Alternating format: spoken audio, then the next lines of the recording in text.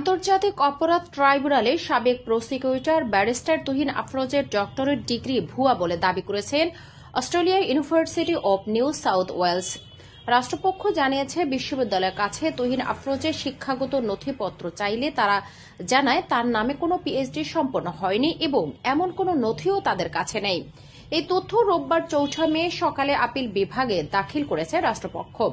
এর আগেও ১৩ মার্চ একটি মামলার শুনানিতে অতিরিক্ত অ্যাটর্নি জেনারেল অনিকার হক অভিযোগ করেছেন, প্রসিকিউটর থাকা অবস্থায় তুহিন আফরোজ ক্ষমতার অপব্যবহার করেছেন এবং তার মাকে জোরপূর্বক বাড়ি থেকে বের করে দেন। এ প্রসঙ্গে গত ২০ ফেব্রুয়ারি হাইকোর্টের একটি রায়ে বলা হয়েছে, উত্তরার ৫তলা বাড়িতে তুহিন আফরোজের মা শামসুন নাহার বেগম ও ভাই শিশির আহমেদের বসবাসের আর কোনো আইনগত বাধা নেই। আদালত তাদের পক্ষে রুল যথাযথ ঘোষণা করেন।